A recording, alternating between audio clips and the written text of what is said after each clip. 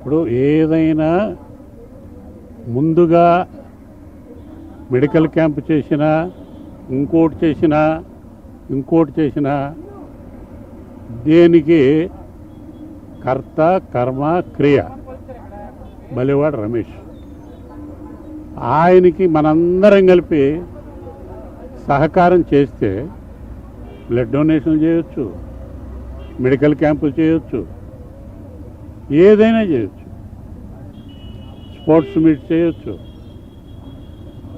వీటన్నిటికీ నా పూర్తి సహాయ సహకారాలు ఉంటాయని ముందే చెప్పా. దాంట్లో ఏ అనుమానం అవసరం లేదు. సో కాబట్టి ఇప్పుడు మెడికల్ క్యాంపులో ఎంతమంది పేదవాళ్ళు ఉన్నారు?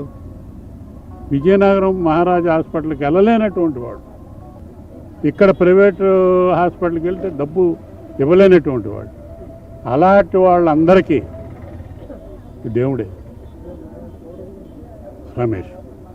కాబట్టి ఇది మొదటి మెట్టు. దీన్ని అంచెలంచెలుగా ఒక్కో మెట్టు ఎక్కుతూ ఆయనకి చేదోడు వాదోడుగా మనందరం ఉంటూ ముందుకు తీసుకెళ్లాలని భగవంతుని కోరుకుంటున్నాం.